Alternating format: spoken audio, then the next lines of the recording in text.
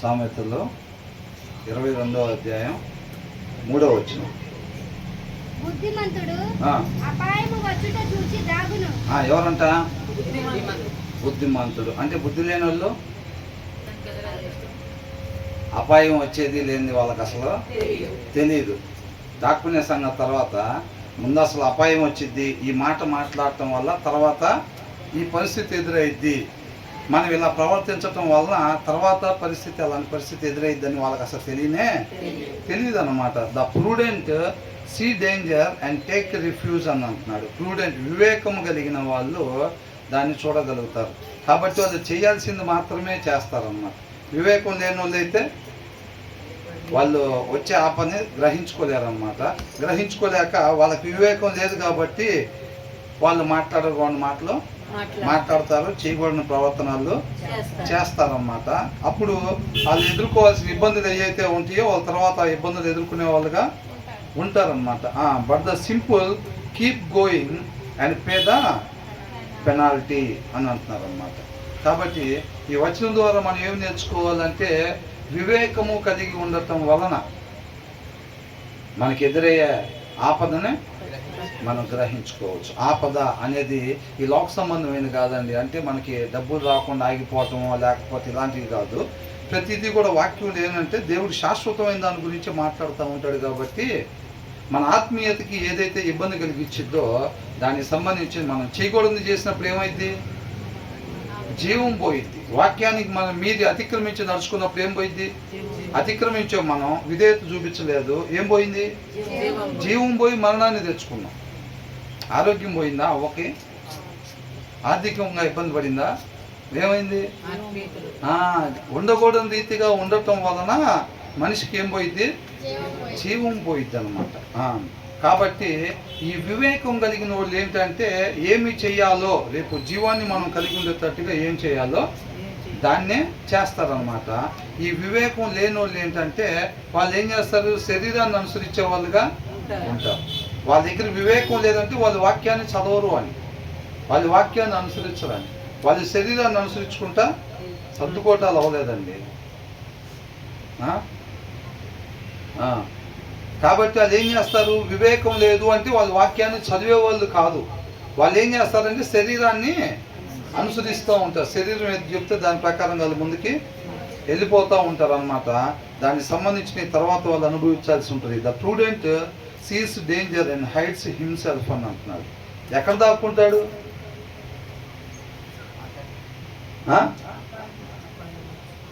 ఏమనుంది తెలుగులో? ఏమనుంది అక్కడ? బుద్ధిమంతుడు అపాయము వచ్చుట చూచి దాగును. ఎక్కడ దాక్కుంటాడు? ఇంట్లోనా? ఎక్కడ దాక్కుంటాడు? ఆయన వాక్యం, ఆయనే ఆశ్రయ దుర్గం అన్నమాట. అవునా? అంతకన్నా సురక్షితమైన ప్లేస్ ఇంకొకటి లేదు. వివేకవంతుడు ఏం చేస్తాడంటే వాక్యాన్ని అనుసరిస్తాడు, వాక్యాన్ని ఆశ్రయంగా చేసుకుంటాడు అన్నమాట. కాబట్టి ఆయన దగ్గరికి ఆపదేది కూడా రాదన్నమాట. ఆ వివేకం లేకపోతే ఏమైందంటే వాళ్ళు చేయకూడదు చేస్తారు, దానివల్ల వాళ్ళు ఇబ్బందులు తెచ్చుకుంటారనమాట. ఇప్పుడు తప్పుడు మాటలు మాట్లాడితే ఏమైందండి? రేపు రోజున ఏమైంది నష్టం? ఈ లోక సంబంధంగా నష్టం ఏం జరగదండి. అబద్ధాలు ఆడినప్పుడు ఏమైంది? అబద్ధాలు దేనికి ఆడతారు? వాళ్ళు ₹1,00,000 తీసుకెళ్ళి వేరే వాళ్ళకి ఇచ్చేసేయనంటే ఒక అబద్ధం దారిలో ఎవరు కొట్టి లాక్కెళ్ళారని చెప్పి అబద్ధం ఆడతారు. దానివల్ల వాళ్ళకి లోక సంబంధంగా ఏమైనా నష్టం జరిగిద్దా? లోక సంబంధంగా లాభమే జరిగిద్ది. అవునా? అన్యాయం చేస్తారు. చేయకూడని ప్రవర్తన చేసినప్పుడు అది ఏమైంది? లోక సంబంధంగా బాగానే ఉంటుంది, కాకపోతే ఆత్మీయంగా అనమాట. కాబట్టి ద ప్రూడెంట్ సీ డేంజర్ అని అంటున్నాడు.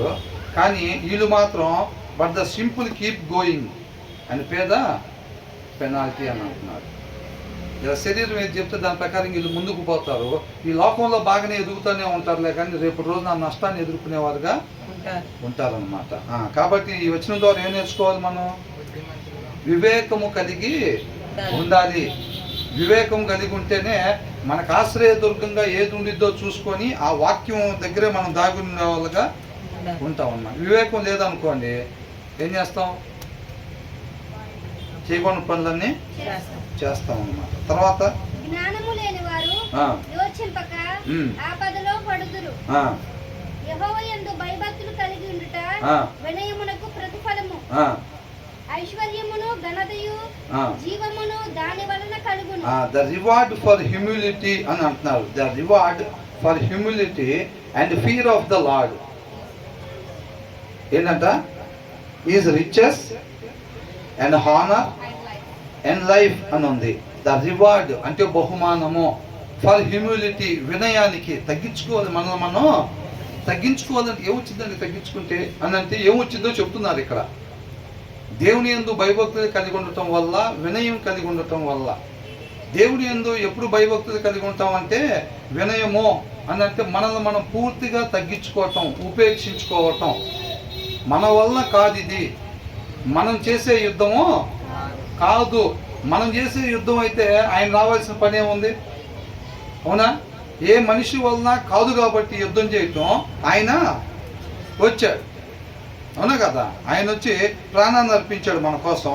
అలా అర్పించాడు అంటే ఇది మనం చేసే యుద్ధం కాదు, మనకి రాదు అని చెప్పి మనల్ని పూర్తిగా ఉపేక్షించుకునేవారుగా మనం ఉండాలన్నమాట. కానీ ఇక్కడ ఏమనుంది? The reward for humility. మనల్ని మనం ఉపేక్షించుకున్నప్పుడు ఏం చేస్తాం? ఆయనకు అప్పగిస్తాం యుద్ధం. అవునా? ఆయనకు అప్పగిచ్చినప్పుడు ఏం చేస్తాం? ఆయన ఎట్లాగైతే చేయమన్నాడు అలాగే మనం చేస్తాము. ఆయన వద్దు అన్నది చేయకుండా ఉంటాం అన్నమాట. దాన్ని అంటున్నాడు వినయానికి, ఆయన ఎందుకు భయభక్తులు కొనుక్కుంటాం వల్ల ఏమొచ్చింది అంటే, ఏమొచ్చిందంట? ఏ ఐశ్వర్యం? ఐశ్వర్యం అని అంటే అక్కడ ఆత్మీయ ఐశ్వర్యం అని లేదు కదండి. ఇది ఆత్మీయ ఐశ్వర్యం అని లేదు కదా. రిచెస్ అని ఉంది కదా, అండ్ హానర్ అని ఉంది కదా. ఇంకోటి ఏంటంట?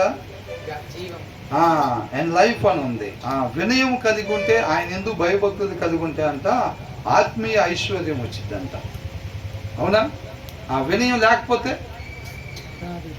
ఆత్మీయ లేమి వచ్చింది. అవునా? రెండోది ఏమొచ్చిందంటే ఇంకా ఘనత వచ్చిందంట. ఒకవేళ మనకు వినయం లేకపోతే, దేవుని యందు భయభక్తులు వినయం లేదనుకోండి, ఏమొచ్చింది?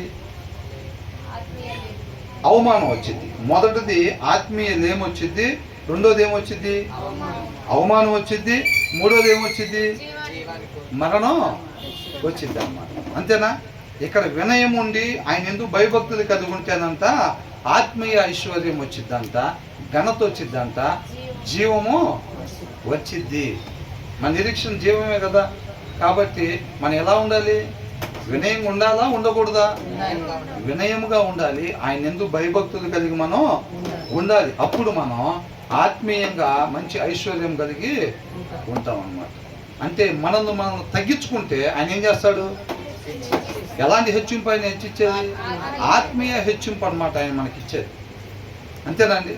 కాబట్టి మనం ఇక్కడ ఏదో తగ్గించుకుంటే ఆయన ఈ లోకంలో ఏదో మనల్ని హెచ్చిస్తాడు అంటే లోకంలో ఏమి హెచ్చించాడు అండి. అట్లాగా గొప్ప ఉద్యోగాలు ఇచ్చో లేకపోతే ఆయన పని నిమిత్తం మనకి ఏదో అవసరమో అది ఇస్తాడులే. కానీ మనం ఇక్కడ దేన్నో ఆశించి తగ్గించుకుంటే ఆయన మనం హెచ్చించేవాడుగా ఉండడు. కాబట్టి ఆయన మనకి ఇచ్చేది ఏమిస్తాడంట? ఆత్మీయ ఐశ్వర్యము. అంటే ఆత్మీయతలో చక్కగా ఉన్నతమైన స్థానానికి మనల్ని ఎదిగేటట్టుగా చేస్తాడు. అంత మాత్రమే కాదు, మన రేపు రోజున అవమానపడకుండా ఘనత కలిగేటట్టుగా చేస్తాడు. తర్వాత జీవాన్ని పొందుకునేటట్టుగా చేస్తాడు. ఈ మూడు వస్తాయి అంట. ఆత్మీయంగా చక్కగా అభివృద్ధి చెందుతాము, రేపు రోజున తీర్పు దినాన ఘనత పొందుకుంటాము, చక్కగా జీవాన్ని పోగొట్టుకున్న జీవాన్ని కూడా పొందుకుంటాం. ఎప్పుడు? వినయము కలిగి ఉంటే. ఇంకొకటి భయభక్తులు కలిగి ఉంటే. యెహోవా యందు భయభక్తులు కలిగి ఉంటే. భయభక్తులు కలిగి ఉండటము అంటే చెడుతనాన్ని విసర్జించటము. చెడుతనం అనేది ఎట్లా తెలుసుకుంటాం మనం? వాక్యంలో ఏది వద్దు అంటున్నారో అదే చెడు. అవునా? వాక్యంలో ఏది వద్దు అంటున్నారో అదే చెడు అన్నమాట. దాన్ని విసర్జించటం. వాక్యంలో వద్దన్నది చేయకుండా ఉండటం వలన మనకి ఆత్మీయ ఐశ్వర్యం వచ్చింది, ఘనత వచ్చింది, జీవం వచ్చింది అన్నమాట. ఈ లోక సంబంధంగా ఏమీ కాదండి ఇవి. అవునా? శాశ్వతంగా ఉండేవి దేవుడు మనకి ఇచ్చేవాడుగా ఉంటాడు. ఇందాక వచనంలో ఎలా ఉండాలంటే ఏమి నేర్చుకున్నాం? ఇందాక వచనం వివేకము కలిగి ఉండాలి. వివేకము కలిగి ఉండేటప్పుడు మనం ఏది మాట్లాడితే ఏ పరిస్థితి ఎదురైద్దో మనకి తెలుసుకుని ఉంటాం. కాబట్టి మాట్లాడాల్సిన మాట మాత్రమే మనం మాట్లాడేవారుగా మనం ఉంటాం అన్నమాట. అదే వివేకం లేదనుకోండి, వాక్యం చదవకపోతే మనం మాట్లాడిన మాట కూడా మనకు కూడా తెలియకుండా మాట్లాడేసేస్తాం. రేపాటికి సంబంధించినవి మనం ఎదుర్కోవాల్సి ఉంది. అవునా కదా? దేవుడి మాట మన హృదయంలో లేనప్పుడు మనం ఏ నిర్ణయాలు అయితే తీసుకుంటామో, ఏ పనులు అయితే చేస్తామో వాటికి సంబంధించిన సౌలు కూడా అనుభవించాడా లేదా? దేవుడి మాటను తీసి పక్కన పెట్టేశాడు. ఆ టైంలో ఏదైతే తన నిర్ణయాలు తీసుకున్నాడు, ఏదైతే చేశాడో వాటికి సంబంధించిన పరివాసనం మొత్తం కూడా తను అనుభవించాడు. దావీదు కూడా అంతేగా. హృదయంలో దేవుడి మాట లేనప్పుడు ఏ పనులు అయితే చేశాడో, ఏ చూపు అయితే చేశాడో వాటికి సంబంధించిన మొత్తం కూడా ఖచ్చితంగా అనుభవించాల్సి వచ్చింది కదా. కాబట్టి మన హృదయంలో సమృద్ధిగా దేవుని వాక్యం ఉన్నట్లయితే కనుక చక్కగా వివేకం కలిగి మనం ఉంటాము. ఆ జ్ఞాన వివేకాలు కలిగి ఉండేటప్పుడు మనం వాక్యమైన దేవుని దగ్గరే మనం ఆశ్రయ దుర్గంగా కలిగి ఉంటాం అన్నమాట. రెండో వచ్చిన దీంట్లో ఏం చూసాం? వినయము. వినయము. మనం ఏమాత్రం మనం హెచ్చించుకునే వారికి ఎప్పుడు ఉండకూడదు. అవునండి. లోక సంబంధాలు ఎలా ఉంటారు? మనకి ఇటుపక్కన ఎప్పుడు గొప్పలు చెప్పుకునే వాళ్ళే ఉంటారు. వాళ్ళ దగ్గర మనం ఎలా ఉండాలి? నా దగ్గర 3 పట్టుచీరలు ఉన్నాయి తెలుసా అంటే మా దగ్గర 4 ఉన్నాయి అనే వాళ్ళు ఉండాలా? మనం అలాగే మన గురించి మనం గొప్పలు చెప్పుకునే వారికి ఎప్పుడు కూడా ఉండకూడదు. సమస్త మహిమ ఆయనకి మాత్రమే, క్రియలతో చెల్లించేవారుగా ఉండాలి. ఉట్టి నోటి మాటతో చెల్లించేదట్టు కాకుండా మనం ఏం చేస్తామంటే నోటితో స్తోత్రాలు మహిమలు ఆయనకి చెల్లించి బయట మాత్రం క్రియలతో మహిమ మనకు చెల్లించుకుంటూ ఉంటాం. అవునా? క్రియల కాడికి వచ్చేసరికి మహిమ మనకి, నోటి దగ్గర నుంచి చెప్పేది మాత్రం ఆయనకి చెల్లిస్తూ ఉంటాం అన్నమాట. అలా కాకుండా ఉండాలి. అవునా? కాబట్టి చక్కగా మనం ఎప్పుడు కూడా మనం తగ్గించుకునే దాంట్లోనే మనం ఉండాలన్నమాట, హెచ్చించుకునే దాంట్లో కాదు. ఆయన ఎంతో భయభక్తులు కలిగి ఉన్నట్లయితే కనుక ఆత్మీయంగా గొప్పవారికి ఉండేవారు అవుతాము, ఘనతను పొందుకునే వారం ఉంటాము, శాశ్వతమైన జీవాన్ని పొందుకునే వారంగా మనం ఉంటాం. ఈ 3 ఎవరికి కావాలి? వాటి కోసమే ఇక్కడికి వచ్చారా? వాటి కోసమే వచ్చారా? వాటి కోసమే వస్తే వస్తాయి. అర్థమవుతుందండి. ఇప్పుడు ఒక వచనం ఉంటుందండి, ఇప్పుడు ఇలా చేయకూడదు ఇలా చెయ్యాలి అని ఉంటుంది. అర్థమవుతుందా? నిత్య జీవానికి వెళ్ళటం మార్గం అనమాట. ఒక్కొక్క వచనంలో ఎలా చేయమంటున్నారో ఆ ప్లేస్లో అలా చేయటం వల్ల మనం అక్కడ అడుగు పెట్టినట్టుగా, ఇంకొక వచనంలో ఎలా చేయమంటున్నారో మనం అది చేయటం వల్ల అక్కడ అడుగు పెట్టినట్టుగా, అలాగా మరణాన్ని దాటి జీవంలోనికి మనం వెళ్తాం అన్నమాట. అది మార్గం. అవునా? ఆ వచనంలో చేయమన్నది చేయటం ద్వారా మనం అక్కడ అడుగు పెట్టిన వాళ్ళంగా అవుతాం. అలాగ మరణాన్ని దాటి జీవంలోనికి ప్రవేశించాలి. మనం వాక్యాన్ని అనుసరించటమే నిత్య జీవానికి మార్గం తప్ప వేరొక మార్గం లేదన్నమాట మనకి ఏదైనా. తర్వాత ఏమంటున్నారు?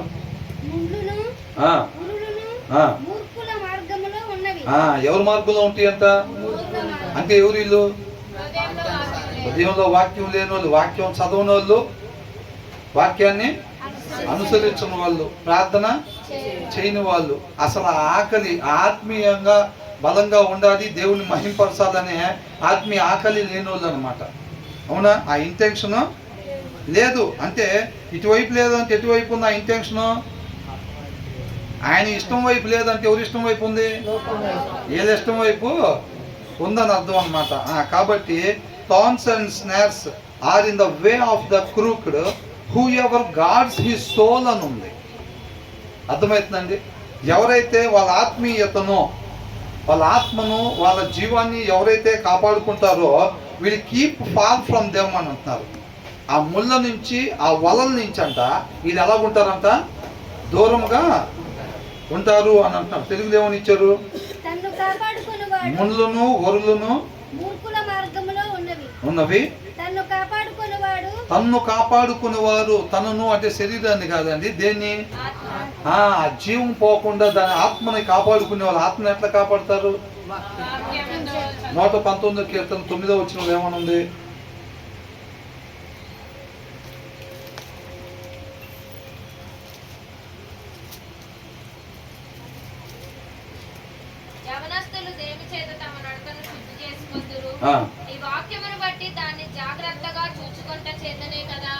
దేని బట్టి అంట? వాక్యము చేతనే దాన్ని జాగ్రత్తగా చూసుకుంటారు అని అంటారు. దాన్ని కాపాడుకునేది ఎవరైనా సరే, ఆత్మని కాపాడుకునేది ఎట్లా అంట? ఆత్మకు ఆహారం ఏంటి? వాక్యం. శరీరాన్ని జాగ్రత్తగా కాపాడుకోయా అని అంటారు. శరీరాన్ని జాగ్రత్తగా కాపాడుకోవటం అంటే ఏం చేయాలి? చక్కటి ఆహారం దానికి పెట్టాలన్నమాట. మంచి ఆరోగ్యకరమైన ఆహారంగా తీసుకోవాలి. అదే ఆత్మకు ఆహారం అంటే దేవుని వాక్యం అన్నమాట. అవునా? ఎవరైతే దాని వాళ్ళ యొక్క ఆత్మీయతను వాళ్ళు అట్లా కాపాడుకుంటారో వాళ్ళంట ఆ ముళ్ళకి ఆ యొక్క వలలకి దూరంగా ఉంటారు. అంటే వాళ్ళకి ఏమైనా ఆపద ఉందా? వాళ్ళకి ఏ ఆపద లేదు. అంటే మెయిన్ దేనికి ఉండాలి ధ్యాస? దేని మీద ఉండాలి? ఆత్మ మీద. మనం ఆత్మని కాపాడుకునే దాని మీద ఉండాలన్నమాట. అంతే తప్ప ఇక్కడ ఏమని ముళ్ళును ఉరులును ఎవరి మార్గంలో ఉన్నాయంట? మూర్ఖుల మార్గములో. అంటే ఆయన మాటతో మనకి పని ఏమి లేదనుకుంటారు చూసారా? ఇంకా ఆదాం అవ్వలాగానే ఉంటారు చూసారా? వాళ్ళ మార్గంలో ఉంటాయి అన్నమాట. ఇందాక అనుకున్నాం కదా, వీళ్ళు ఎవరైతే వాళ్ళ ఆత్మీయతను కాపాడుకోవటం అంటే వాక్యాన్ని అనుసరించటం. ఆ ముళ్ళు లేని దగ్గర వాళ్ళు కాళ్ళు పెట్టడం అన్నమాట.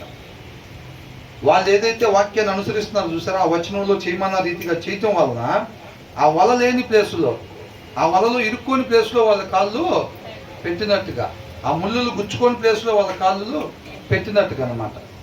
అలా మనం వాక్యాన్ని అనుసరించే వారంగా ఉండాలి తప్ప మన వాక్యాన్ని చదవనే లేదనుకోండి, మనం ఎలాగుంటాం? ఆ మూర్ఖుల వల్లే మనం ఉంటాము. కాబట్టి వాక్యం చదవనప్పుడు మనకి ఏది చేయకూడదో మనకి తెలియదు. అంతకుముందు కొంతమంది ఎలా చేసి వాళ్ళ ఆత్మీయతలను పోగొట్టుకున్నారో అది కూడా మనకి తెలియదు. తెలియనప్పుడు ఏమైంది? మన హృదయంలో వాక్యం ఉండదు కాబట్టి ఎలా చేయకూడదో మనకు తెలియదు. కాబట్టి చేయకూడదు మనం చేస్తాం, పెట్టకూడదు దగ్గర కాలు పెడతాం. పెట్టగానే ఏమైంది? ఆ ముళ్ళు గుంజుకునేది, ఆ వల్ల పట్టుకునేది. అంతేనా? వాక్యం చదివినప్పుడు మనకు ఆ వివేకం వచ్చింది అనమాట. మనం ఏం చేయాలి ఏం చేయకూడదు. వాక్యం చదివినప్పుడు ఏమవుతుందంటే మనకి ఏం చేయకూడదో తెలియదు కాబట్టి మనం అది చేస్తాము. కాలు పెట్టకూడదు దగ్గర పెడతాము, పెట్టగానే ఏమైంది? ఆ వల్ల పట్టుకునేది అన్నమాట. అది అని అంటున్నాడు. వెళ్ళకూడని మార్గంలో అంతా వెళ్తే ఆ ముళ్ళు ఆ వలల్లో మనం ఇరుక్కుపోయే వాళ్ళంగా ఉంటాం తప్ప జీవం దగ్గరికి చేరుకోలేం. కాబట్టి whoever guards his soul will keep far from them అని అంటున్నారు. మన ఆత్మీయతను జాగ్రత్తగా ఇప్పుడు కూడా మనం కాపాడుకుంటూ ఉండాలన్నమాట. మన ఆత్మని జాగ్రత్తగా కాపాడుకుంటా ఉండాలి. దేని ద్వారా కాపాడుకుంటామంట? వాక్యము చేతనే దాన్ని మనం కాపాడుకునే వారంగా ఉంటాం. తర్వాత ఏమంటున్నారు?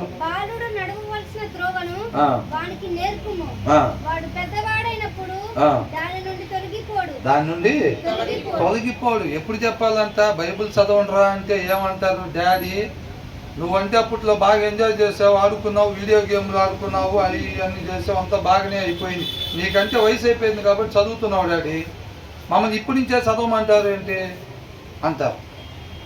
ఏంటంట? ఎప్పుడంట? నాయనమ్మ నీకంటే వయసు అయిపోయింది కాబట్టి బైబిల్ చదువుకోవడం తప్ప వేరేది ఏం చేయలేవు, నువ్వు చదువుకో, మేము చాలా చేయగలుగుతాం. మేము నేటి పిల్లలు వాళ్ళకి ఏం తెలియదు, పెట్టదు, ఊరికే బైబిల్ చదువు అంటారు అంటున్నారు. ఇక్కడ ఏంటంటే train up a child in the way he should go. తను వెళ్ళాల్సిన మార్గాన్ని అంట ఎప్పటి నుంచి చెప్పాలంట? బాల్యము నుంచే. నానా ఈ వచనం ఇదిగో ఇక్కడ ఇట్లా ఉంది చూడు, వాక్యం చదువు. చిన్ననాటి దగ్గర నుంచే వాక్యం చదివిస్తుంటే వాళ్ళకి ఏమి చెయ్యాలి ఏమి చేయకూడదు అనేది వాళ్ళకి తెలుస్తుంది. ఒక మనిషి ఇలా మాట్లాడచ్చు, ఇది మాట్లాడకూడదు, ఒక మనిషి ఇది ఇలాగ ప్రవర్తించవచ్చు, ఇలాగా ప్రవర్తించకూడదు అనేది చిన్నప్పటి నుంచే తనకి తెలిసిద్ది అనమాట. తనకు తెలిసినప్పుడు ఏమైంది? పెద్దవాడైన తర్వాత దాని నుంచి తొలగిపోవడం. అంటే మాట్లాడకూడని మాట ఎప్పుడు కూడా మాట్లాడు, చేయకూడని పని ఎప్పుడు చేయడు. చిన్నప్పటి నుంచే నేర్పించాలి. ఎందుకని? రేపు పెద్ద అయిన తర్వాత ఆయన ఏం కావాలి? ట్రైనర్ కావాలి. ఎందుకు? ఆయనకు కూడా వివాహం అయింది, ఆయనకు కూడా పిల్లలు పుడతారు. Train up a child in the వే అని అంటున్నారు. ట్రైన్ అప్ ఏ చైల్డ్, పిల్లలకి ట్రైనింగ్ ఇవ్వాలంట. ఎవరు ఇచ్చేది? ఒకప్పుడు ఈ పిల్లోడికి ఇచ్చుంటే కనుక ఈ పిల్లోడు చక్కగా దాన్ని నేర్చుకుని పెద్దోడు అయ్యేట్టుండి ఈ పెద్దోడు ట్రైనర్ అవుతాడు. అవునా కదా? వివాహం అయిన తర్వాత తల్లిదండ్రులుగా నేర్పించాల్సింది.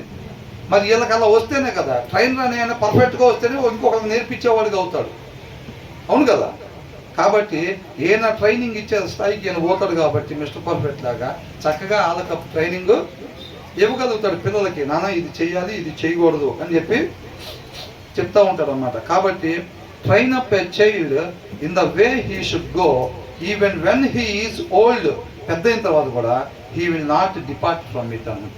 దాని నుంచి తొలగిపోడు. చక్కగా అంతవరకు వాక్యాన్ని అనుసరించేవాడిగా ఉంటాడు చిన్నప్పటి నుంచి కూడా.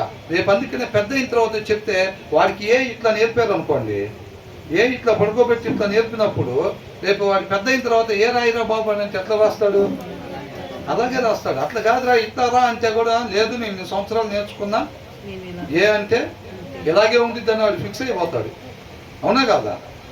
తర్వాత మార్చుకోవాలంటే చాలా కష్టం అయిపోయింది, ఇబ్బంది అయిపోయింది. కాబట్టి చిన్నప్పటి నుంచే ఒక మనిషి ఎలా ఉండాలి, ఎలాగా ఉండకూడదు అనేది చక్కగా తనకి నేర్పాలన్నమాట. అందుకనే తను నడిచేటప్పుడు, పండుకునేటప్పుడు, కూర్చునేటప్పుడు దేని గురించి చెప్పాలి? వాక్యం గురించి, దేవుని గురించిన మాట గురించి చెప్పాలి పిల్లలతో. చక్కగా పిల్లలకి పక్కన కూర్చునే అవకాశం వచ్చింది అని అంటే, కలిసి ఒక దగ్గర ఉండటానికి అవకాశం వచ్చింది. ఇప్పుడు ఇంట్లో భార్య వచ్చేసరికి హౌస్ వైఫ్గా ఉంటుంది, లేకపోతే ఏదో జాబ్ చేస్తూ ఉంటుంది, లేకపోతే హస్బెండ్ కూడా డెఫినెట్గా ఏదో ఒకటి పని చేస్తూ ఉంటాడు. పిల్లలు కూడా చదువుకోవటం, ట్యూషన్లో, స్కూల్లో ఎక్కడో దగ్గర ఉంటారు. కానీ నలుగురు కలిసి ఉండే సమయం కొద్దిగా ఉంటుంది ఈ రోజుల్లో. అవునా?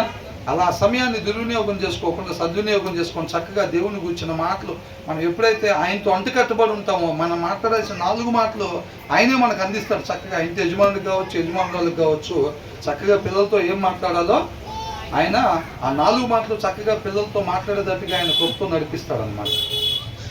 కాబట్టి వాళ్ళకి కావాల్సిన చక్కగా నేర్చుకుంటారు పిల్లలు. రేపు రోజున ఒక మంచి మాదిరికరంగా సొసైటీలో వాళ్ళు నడుచుకునేవారుగా ఉంటారన్నమాట. ఉండాల్సిన వాళ్ళు ఉండాల్సిన రీతిగా ఉన్నట్లయితే కనుక ఈ లోకంలో ఈ యొక్క చీకటి ఉండదు.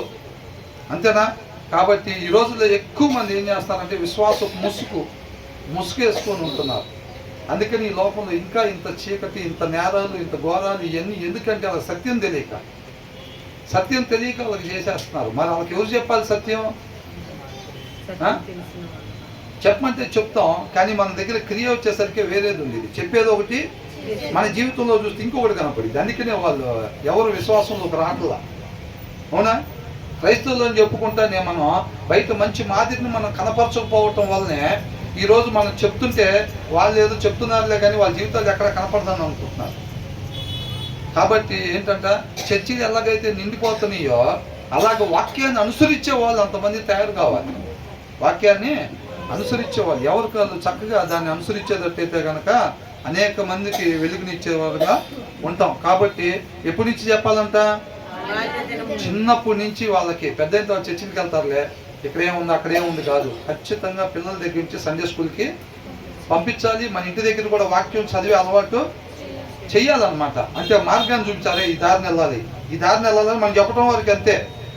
ఆ దారిని వెళ్ళాలని చెప్పి మనం చక్కగా వాక్యం చదువుకోండి అంటే వాళ్ళకి ఏదైనా అర్థం కాకపోతే మనం చెప్పేవారంగా ఉండాలి. అంత మనం కూడా తెలియకపోతే ఎవరన్నా అడిగి కనుక్కొని సరే వాళ్ళకి చెప్పాలన్నమాట.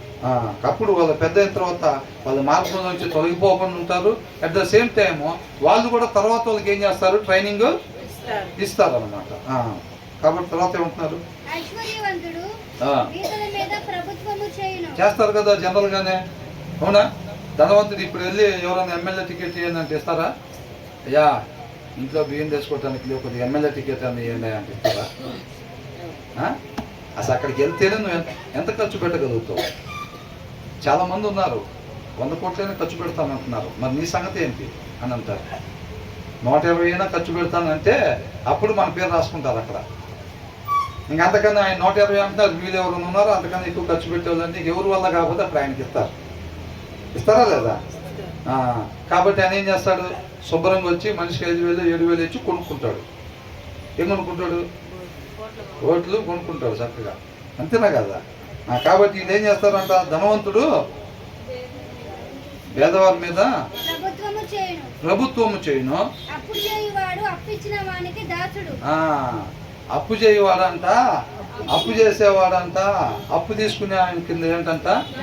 దాసుడు.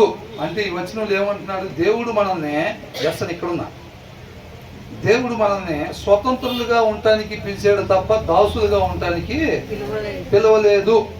అంటే ఈ వచనంలో ఏంటి మనం నేర్చుకోవాల్సింది? మనం దాసులుగా ఉండకూడదు. జ్ఞానం లేని వాళ్ళు ఏం చేస్తారంట? ఒక 40,000 రూపాయల జీతం వస్తే 30 రోజులు దాన్ని ఖర్చు పెడతారా? 5 రోజుల్లో చక్కగా మొత్తం అయిపోయేటట్టుగా చేసి మిగతా 25 రోజులు ఏం చేస్తారు? వాళ్ళ దగ్గర వీళ్ళ దగ్గర వచ్చిన నాకు 40,000 జీతం వచ్చింది, ఏం పర్లేదు, నీ డబ్బులు నీకు ఇస్తాను, ఒక 10,000 ఉంటే ఇవ్వరా, ఒక 5,000 ఉంటే ఇవ్వరా అని చెప్పి జ్ఞానం లేని వాళ్ళు ఏం చేస్తారు? అప్పులు చేస్తారన్నమాట. అప్పు చేసి స్వతంత్రులుగా ఉండాల్సిన వాళ్ళు దాసులుగా మారిపోతారు. మనుషులకి దేవుడు ఇచ్చాడో లేదు, యాలమని ఇస్తే మనం ఏం చేసాం, అధికారం తీసుకెళ్ళి అపవాది చేతిలో పెట్టి శుభ్రంగా ఆయన కింద దాసులుగా అయిపోయారు మన. అవునా కదా? అట్లా అని చెప్పి చేశారు. కాబట్టి ఈ వచనం నుంచి మనం ఏం నేర్చుకోవాలంటే, మనం అప్పు చేసుకోవటం అట్లాంటి పనులు మనం చేయకూడదు, దాసులుగా మనం ఉండకూడదు. మనకు వచ్చే దాన్ని బట్టే చక్కగా ఆ నెల మనం ఎలాగ చేసుకోవాలనేది ఆ జ్ఞానం కలిగి మనం ఆ ఇల్లు జరుపుకోవాలి. కొంతమందికి ఇల్లు జరపటం రాదు, అసలు 40,000 వచ్చినా రాదు, 1,00,000 వచ్చినా రాదు, 3 లక్షలు వచ్చినా నెలకి రాదు. ఖచ్చితంగా వాళ్ళు కూడా అప్పు చేయాల్సిందే. ఎందుకని? స్థాయి మించి చేస్తారు. ఎందుకంటే జ్ఞానం లేకపోవటం. ముందు వచ్చిన వాళ్ళు మనం చూసాం. ఆ జ్ఞానం లేకపోతే ఆ నెల మొత్తం కావాల్సిన డబ్బులు మనం ఏం చేస్తామంటే వారం 10 రోజులు అప్పు చేసేసి మిగతా 20 రోజులు అప్పు చేసుకుని వచ్చేస్తాం. మరి వచ్చే నెల పరిస్థితి ఏంటి? ఎన్ని ఇబ్బందులు అంటే. మరి ఎలాగైంది అప్పు? మన స్థాయి మించి అప్పు చేసామన్నమాట. కాబట్టి మనం అలా అప్పులు చేసేదానికి దేవుడు ఏం చెప్తున్నాడు? అలా చెయ్యొద్దని చెప్తున్నాడు అన్నమాట. చక్కగా జ్ఞానం కలిగి మన స్థాయి తగ్గట్టుగానే మనం ఉండాలి తప్ప మనం స్వతంత్రులుగా దాసులుగా మనం ఉండకూడదు అని చెప్పి దేవుడు చెప్తా ఉన్నాడు అన్నమాట. ఖచ్చితంగా పేదవాడి పైన ధనవంతుడు ఎలాగైతే ఏం చేస్తాడంట, ప్రభుత్వము చేస్తాడో, డబ్బులు మనం ఎవరి దగ్గర అయితే తీసుకుంటామో వాళ్ళ కింద మనం దాసులుగానే ఉంటామో. దేవుడు అలా ఉండొద్దని చెప్తున్నాడు అన్నమాట. తర్వాత వచ్చిన ఏమనుంది? ఏమొస్తాడంట? హూ ఎవర్ సాస్ ఇంజస్టిస్ అని అంటున్నాడు. అన్యాయము, న్యాయం లేకుండా ఎవరైతే అన్యాయపు ఆలోచన చేస్తాడో, అన్యాయపు పనులు ఎవరైతే చేస్తారో వాళ్ళు ఏ పాటకు వస్తారంట? కీడును కోస్తారన్నమాట. అర్థమవుతుందండి? Who plant injustice will harvest disaster అని అంటున్నారు. అర్థమవుతుందండి? ఇంజస్టిస్, అన్యాయపు ఆలోచన, అన్యాయపు పనులు ఎవరైతే చేస్తారో. అన్యాయం చేసేటప్పుడు ఎట్లా చేస్తారు? ఇప్పుడు ఒక కంపెనీలో పనిచేసాము, వాటి జీతం డబ్బులు మనం నొక్కేయాలనుకున్నాం అనుకోండి. ఏదో సగం డబ్బులు నొక్కేయాలో ఏదో ప్లాన్ చేసుకున్నాం. సగం డబ్బులు నొక్కేసినప్పుడు ఏం చేస్తాం? వాడికి మామూలుగా నీ జీతంలో సగం డబ్బులు తీసుకున్నావు అంటే ఒప్పుకుంటాడా? సైలెంట్గా ఉంటే ఒప్పుకుంటాడా? వాడు అడుగుతాడు కాబట్టి భయపడి, ఎందుకు కాదన్నా నువ్వు ఎక్కడ పోయావు అది దాన్ని వాడిని దబా ఇచ్చి కొద్దిగా భయపెట్టి ఆ డబ్బులు మనం సగం నొక్కేసి వాడు అడగకుండా చేస్తాం, బెదిరిస్తామండి. అవునా? దౌర్జన్యం అన్నమాట. అన్యాయం చేసింది కాక లాక్కొని ఇక్కడ కనపడ్డామంటే కాళ్ళు ఎరగొడతా అంటే ఏం చేస్తాం? మన దగ్గర లాక్కొని అది అడగని పోతే ఇంకొకసారి సెంటర్కి వెళ్ళి వచ్చి కాళ్ళు ఎరగొడతా అంటే ఏం చేస్తాం? మనం కూడా అడగకుండా వెళ్ళిపోతాం. వాళ్ళు అట్లా చేస్తారనమాట. అన్యాయం చేసే వాళ్ళు ఎప్పుడు కూడా అలా ప్రవర్తిస్తారు. అది అంటున్నాడు, those who plant injustice will harvest disaster and the reign of terror will come to an end అని అంటున్నాడు. వాళ్ళ ఆయుధం ఏంటంట? భయపెడతారనమాట. ఆ కోపంతో ఉన్న భయం పెడతారనమాట. కాబట్టి రేపు రోజున ఏమైందంటే వాళ్ళ పరిస్థితి, అది పని జరిగిద్దా? వాళ్ళకి అన్యాయం చేసిన తరపున దేవుడు తోడు. మనం ఎవరి దగ్గర అయితే లాక్కుంటామో వాళ్ళకి చక్కగా దేవుడు రాసుకుంటాడు, అక్కడ వాళ్ళకి జతపడి ఉండిద్ది. అవునా? కాకపోతే అది ఎవరికి వచ్చింది? ఏం తీసుకున్న గుంట్లో ఏనే పడతాడన్నమాట. రేపు అవన్నీ అన్యాయం చేసిన ప్రతి ఒక్కటి కూడా ఏదో బుక్లో రాస్తారు. రాసినప్పుడు సక్సెస్ అవుతారు, ఫెయిల్ అవుతారు. అక్కడ ఫెయిల్ అవుతారు అన్నమాట. అర్థమవుతుందండి? కాబట్టి ఏం చేస్తున్నారంటే అన్యాయంగా ఉండాలా, ఉండకూడదా? అన్యాయంగా మనం ఎక్కడ కూడా ఉండకూడదు. అన్యాయపు ఆలోచన చేసిన, అన్యాయపు పనులు చేసిన, వేరే వాళ్ళని అన్యాయం ఏది చేసినా అల్టిమేట్గా నష్టపోయే వారంగా మనమే ఉంటాము. అన్యాయానికి గురయ్యే వాళ్ళ తరపున దేవుడు ఉంటాడు అన్నమాట. దేవుడిని జయిస్తాము మనం? ఏమాత్రం కూడా మనం జయించలేము అన్నమాట. కాబట్టి మనం అన్యాయంగా ఉండకూడదు. ఎక్కడ కూడా మనం అన్యాయంగా ఉండకూడదు. మన ఆలోచనలో కూడా దాన్ని ఏమాత్రం కూడా దగ్గరికి రానిచ్చకూడదు అనమాట. అర్థమవుతుందండి? అది మనకు అట్లా ఆలోచన, ఇట్లా చేసే ఉంటే మనకు డబ్బులు మిగులుతాయి బాగా. మేము చేసే పనులు ఏం చేసేవాళ్ళు అంటే, జనరల్గా మేము ఎంప్లాయీస్ ఉంటాం కదా, కంపెనీ ఓనర్ ఉంటాడు, కస్టమర్ ఎవరు దాకా కొనుక్కుంటారు. వాళ్ళు డైరెక్ట్ అయిపోయారు అనుకోండి, మధ్యలో ఇచ్చేవాడికి ఏమి ఇవ్వకుండా చక్కగా వదిలిపెట్టచ్చు. అవునా? అదేం చేస్తారు? వాళ్ళ నెంబర్ కానీ వీళ్ళకి తెలిసింది అనుకోండి, ఓనర్కి, ప్లాట్ డైరెక్ట్గా వాళ్ళకి ఇచ్చేస్తారు. ఈ మధ్యవర్తి డబ్బులు జంప్. అలా చెప్తారు, మీ ప్లాట్ రిజిస్ట్రేషన్ చేసినట్టు వాళ్ళకి చెప్పబాకండిలే అంటారు. చెప్పొద్దు, మీకు ఈ రేటుకి ఇచ్చేస్తామని అంటే సరేనండి అని అంటారు. వాళ్ళిద్దరూ ఒకటైపోతారు. కష్టపడ్డ ఎంప్లాయీస్ పరిస్థితి లేదు, అవునా? కాబట్టి అక్కడ ఏమవుతుందంటే న్యాయం తప్పడం వల్ల మనకు డబ్బులు మిగులుతాయి, ఈ లోకంలో కొంచెం ఘనత కలిగిద్ది అని అనుకోండి. మనం ఎప్పుడైనా ఒకటే డిసైడ్ చేసుకోవాలి, ఈ లోక ఐశ్వర్యం కావాలా, ఆత్మీయ ఐశ్వర్యం కావాలా? ఈ లోక ఘనత కావాలా, లేకపోతే ఆత్మీయ ఘనత కావాలి? రేపు రోజు శాశ్వతమైన ఘనత, అది శాశ్వతమైన ఐశ్వర్యం, అది ఎల్లప్పుడూ ఉండే నిత్య జీవం, ఇది కొంతకాలం ఉండిపోయే జీవం అన్నమాట, అవునా? ఇది కావాలా, అది కావాలా, మనం డిసైడ్ చేసుకోవాలి ఎప్పుడైనా. మాకు ఇది కావాలని నేను చెప్పి ఇక్కడికి వస్తే అదేమీ దొరకదు. శాశ్వతమైనది కావాలనుకుంటేనే దేవుడు మనకి ఇచ్చేవాడుగా ఉంటాడనమాట. కాబట్టి మనం ఎప్పుడు కూడా అన్యాయంగా ఉండకూడదు. ఏ స్థితిలో ఉన్నా సరే, ఏ పరిస్థితుల్లో ఎక్కడైనా సరే మనం అన్యాయంగా ఎప్పుడు కూడా ఉండకూడదు అనమాట. తర్వాత ఏమంటున్నారు? దయదృష్టి గలవాడు తన ఆహారములో కొంత దరిద్రునికి ఇచ్చును, అట్టివాడు దీవెన నందును. ఎవరు దీవెన ఉంటారంట? దయాదృష్టి, ఉదార స్వభావం ఎవరికైతే ఉంటుందో, ఎదుటి వారికి అవసరతలో ఉన్నవాడిని చూడగానే ఇవ్వాలనే ఒక స్వభావం, ఆ ప్రేరేపణ ఎక్కడి నుంచి వచ్చిందంటే వాక్యమై ఉన్న దేవునిలో ఉండే గుణలక్షణం అన్నమాట. ఆయన మన హృదయంలో ఉంటే, ఆ వాక్యం మన హృదయంలో ఉంటే, అవసరతలో ఉన్నవారిని చూడంగానే మనకున్న సమృద్ధిలో నుంచి తీసి ఆటోమేటిక్గా వెళ్ళిపోయి ఇచ్చేస్తాం అన్నమాట. వాళ్ళు ఏమవుతారంట? దీవించబడతారంట. ఉదార స్వభావం కలిగిన వాళ్ళు దీవించబడతారు. మనం ఏంటంటే దీవించబడాలి, కానీ ఉదార స్వభావం మనకు ఉండకూడదు.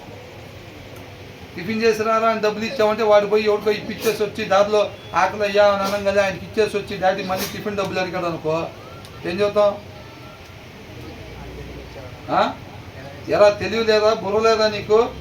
నిన్ను టిఫిన్ చేయరా అని అంటే ఆయనకి ఎవరికో ముక్కు మొహం తెలియదు ఆయనకి ఇచ్చి వచ్చావా అని అంటారు. అయితే పిల్లోడు ఏం కావాలి? దీవెన పొందుకోవాలా లేదా అంటే ఏం చెప్తారు? బ్రహ్మాండంగా దీవెన పొందుకోవాలని అంటాం. కానీ వాడు పోయి ఎవరికైనా సహాయం చేసి వచ్చాడంటే కుదరదు. ఉదార స్వభావం మాకొద్దు, కానీ దీవెన మాత్రం మాకు కావాలి అని అనుకుంటాం. అనేక సార్లు ప్రయత్నం చేస్తాం అట్లా. ఎందుకంటే చాలాగా అలవాటు కూడా అయిపోయింది. క్యాలెండర్లో కూడా మొత్తం ఏముంటాయి, ఏం చేస్తే అది వచ్చిందో తెలియదు, దీవెనలు మాత్రం ఉంటాయి. పొద్దున్నే ఇద్దాం చదువుకో, ఆటోమేటిక్ నీకు వచ్చిందండి. వచ్చిద్దా? అది ఏం చేస్తే వచ్చిద్దో అది చేస్తేనే ఆయన అది ఇక్కడున్నా అది చేస్తేనే ఆయన అది ఆశీర్వాదం ఇస్తాడు. సొలొమోనుతో అదేగా చెప్పాడు, నీ తండ్రి దావీదులాగా ఆయన ఎలాగైతే నా ఆజ్ఞలు నా కట్టడలు గైకొని నడుచుకున్నాడో, ఆయనకి ఎలాగైతే తోడుకున్నానో నువ్వు కూడా అలాగా నా మాట ప్రకారంగా నడుచుకొని నా ఎడల మీ తండ్రి అయిన దావీదుకు తోడుకున్నట్టుగా నేను కూడా నీకు తోడుగా ఉంటాను అని అన్నాడు. ఒకవేళ నువ్వు అలా లేవు అని అనుకో, నువ్వు నా హృదయానుసారుడైన దావీదు కుమారుడు అయినా సరే నీకు వ్యతిరేకంగా నేను ఉంటాను. అది దేవుడు. అర్థమవుతుందండి? కాబట్టి మనం ఎలాగుంటే ఏం వచ్చింది? The generous will themselves be blessed అని అంటున్నాడు, for they share their food with the poor అని అంటున్నాడు. ఎవరైతే పేదలు ఉన్నారో, అవసరతల్లో ఎవరైతే ఉన్నారో వాళ్ళు ఆ ఉదార స్వభావం ఉన్న వాళ్ళు వాళ్ళ అవసరతల్లో ఉన్న వాళ్ళకి సహాయం చేసేవారుగా ఉంటారు. ఎక్కడి నుంచి వచ్చింది వాళ్ళకి అది? వాళ్ళ హృదయంలో వాక్యమైన దేవుడు ఉన్నాడు కాబట్టి వాళ్ళ చేతులు ఆ క్రియారూపంగా ఆయన మహింపరుస్తున్నాయి అన్నమాట. అప్పుడు అంటున్నాడు దేవుడు, నువ్వు ఆకలిగా ఉన్న వాళ్ళకి ఇచ్చావు కదా, నువ్వు నాకు ఇచ్చినట్టే, కాబట్టి రాజ్యాన్ని స్వతంత్రించుకోవాలని అంటున్నాడు. ఆ ఉదార స్వభావం లేకపోతే నిత్య జీవం ఎవరికి కావాలంటే మాకు కావాలని అయితే నీ దగ్గర ఉన్న ఆస్తి మొత్తం మిగతా వాళ్ళకి ఇచ్చేసి నువ్వు నన్ను వెంబడించాడు ఇచ్చాడా? ఆస్తి మాత్రం అంటే ఉదార స్వభావం మాత్రం నాకు వద్దన్నాడు, కానీ ఏం కావాలంటే నిత్య జీవం మాత్రం కావాలని వచ్చాడు. మనం కూడా సిద్ధమేనా? మరి అవసరం ఉండి దేవుడి ప్రేరేపణ బట్టి ఏదన్నా సహాయం చేయాలంటే, మనకున్న డబ్బు తీసి ఇవ్వాలన్నా, మన దగ్గర ఉన్న వస్త్రాలు ఏదన్నా సహాయం చేయాలన్నా, దేవుడి కృపను బట్టి మనకి ఇచ్చే సమయం ఇతరుల కొరకు ఖర్చు పెట్టాలన్నా అది సిద్ధమేనా? ఆ ప్రశ్న వేసుకోవాలి. ఇది చేసినట్టయితేనే మనం దీవింపబడేవారుగా ఉంటాం తప్ప, అది చెయ్యకపోతే మనం 3 పూట్ల చర్చికి వెళ్ళినా, 3 పాటల కాడికి పాడినా, 30 నిమిషాలు ప్రార్థన చేసినా దీవెన మాత్రం మనకు రాదు. అదేంటో అసలు అంతసేపు ఉన్న చర్చిలోనే అక్కడే తన్మయించిపోయాను, దీవెన మాత్రం రాలేదని అంటే ఎందుకు వచ్చింది? ఆయన అట్లాగా నీకు 3 పాటలు 30 నిమిషాలు ప్రార్థన, 3 పూట్ల ఆరాధన, నీకు లంచం, నాకు మాత్రం దీవెన అంటే ఆయన అట్లా ఇచ్చేవాడు కాదు. నువ్వు నాకేం చేయవసరంలా, నువ్వు ఒక మనిషి ఎలా ఉండాలో అలా ఉండు చాలు, నీకేం కావాలో నేను చూస్తున్నాను. అవునా? మనిషి ఉండకూడని రీతిగా నువ్వు ఉండబాక. నువ్వు ఉన్నప్పుడు అట్లా ఏమవుతుందంటే నిన్ను చూసి ఇంకొకటి నువ్వు తర్వాత తరానికి అది ఆస్తి ఇచ్చినోడు అవుతావు, ఒక నరహంతకుడిగా మారిపోతావు. ఒకనంట తన సహోదరుని ప్రేమించని ఎడలంట వాడు నరహంతకుడు అంట. ఎందుకని నరహంతకుడు? చూపించాల్సిన మార్గాన్ని చూపించకుండా ఎల్లగూడని మార్గాన్ని చూపిస్తున్నాడు కదా తర్వాత ఆయనకి. అవునా? వాళ్ళు కూడా దాన్ని అనుసరించడం వల్ల ఏం పోయిద్ది? వాళ్ళకి జీవం పోయిద్ది. ఒకరు మరణానికి గురయ్యేటట్టుగా చేశాడు నరహంతకుడు. అవునా కదా? కాబట్టి మనం అలా ఉండకూడదు. అంటే ఈ వచనం ద్వారా ఏం చెప్తున్నారు మనకి? అవసరతల్లో ఎవరైతే ఉంటారో వాళ్ళని దాటి ముందుకు పోకూడదు. అలా ప్రార్థన చేసుకోవాలి. ప్రభువా, నీవు నాకు ఇచ్చిన సమృద్ధిని బట్టి నీ కృప చేత ఆయన అవసరతలు ఎవరైతే ఉన్నారో వారి దగ్గర నేను మహింపరిచే కార్యం చేయకుండా నేను దాటి వెళ్ళకుండా సహాయం చేయ ప్రభు అని ప్రార్థన చేసుకోవాలి పొద్దున లేసి.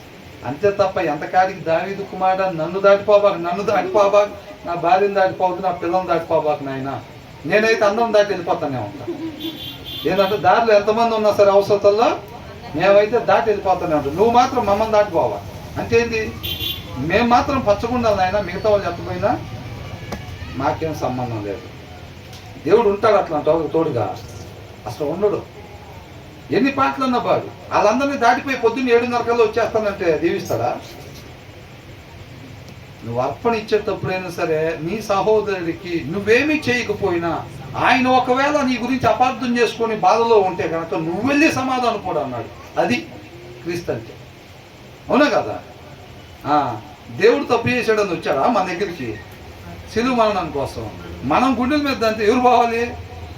మనం పోవాలి. కానీ ఆయనే వచ్చాడు. అవునా కదా?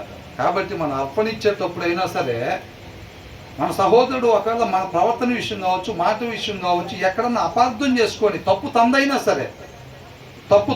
సరే అపార్థం చేసుకొని ఎక్కడన్నా ఇబ్బందిగానే ఉన్నట్టయితే కనుక నువ్వు ముందు అర్పణ అక్కడ పెట్టేసి వెళ్ళి తనతో సమాధానపడు అన్నాడు. దేవుడు మొత్తం కూడా చేసేది మనం అంతా తండ్రి కుమారు పరిశుద్ధాత్ముడు ఏ రీతిగా అయితే ఏకమై ఉన్నలాగున మనం అందరం కూడా అలాగా ఏకమై ఉండాలంట. ఒకరినొకరు హేట్ చేసుకోవటం అంటే దేవుడికి అస్సలు ఇష్టమే లేదు. వాక్యానికి విరుద్ధం. ఎక్కడైతే 2-3 కూడి ఉంటారో అక్కడ నేను ఉంటాను అంటున్నాడు. ఆయన ప్రేమ స్వరూపి కాబట్టి ఇద్దరున్న దగ్గర మధ్యలో దేవుని ప్రేమ ఉంటుంది. అవునా? ఆ ప్రేమ దేవుడి నిస్వార్థమైన ప్రేమ ఏదైతే ఉందో, ఆ విఫలం కానీ ఆ ప్రేమ ఏదైతే ఉందో అది దేవుడు అంటున్నాడు. అలా ఉండటం దేవుడికి ఇష్టం. మనం అలా ఉంటే అంత ఏంటంట సహోదరుల ఐక్యత కలిగి ఉండటం ఎంత మనోహరం అంటున్నాడు. దేవుడికి చూడటానికి మనం అంతా చూసావా, 2 కళ్ళు దాటలేదు వాళ్ళిద్దరిని చూడటానికి అని అంతా చూసారా? అవునా? దేవుడికి అట్లా అనిపించింది అనమాట. ఎంత చక్కగా ఉన్నారు ఆత్మీయతగా, ఏకభావం ఏక మనస్సు కలిగి మనమందరం కూడా ఆయన చిత్తాన్ని భార్య భర్త ఇద్దరు ఏకమయ్యి వారిని వారు ఉపేక్షించుకొని దేవుడి చిత్తాన్ని నెరవేర్చడానికి ఆ కుటుంబం ఏ రీతిగా నడుచుకుంటారో అర్థమవుతుందండి. అలాగ మనం అందరం కూడా అంటే ఏక శరీరంగా మనం ఉండాలన్నమాట. ఏకభావం ఏక మనస్సు కలిగి ఉండాలి. అది ఆయనకి ఎంతో సంతోషం కలిగించేది ఉండేది. కాబట్టి అలాంటి స్వభావం, ఆ ఉదార స్వభావం కావాలి ప్రభు అని ప్రార్థన చేయాలి. పిల్లలు తెలివి తక్కువగా ఉన్నది మొత్తం దానం చేసి పోగొట్టుకునేవారుగా కాకుండా ఆయన ప్రార్థన చేయకూడదు. మనం లోక ప్రార్థనలు అలాగే ఉంటాయి. అవునా? నేను ఇచ్చిన 2 ఎకరాలు వాడు ఎన్ని చేయాలంట?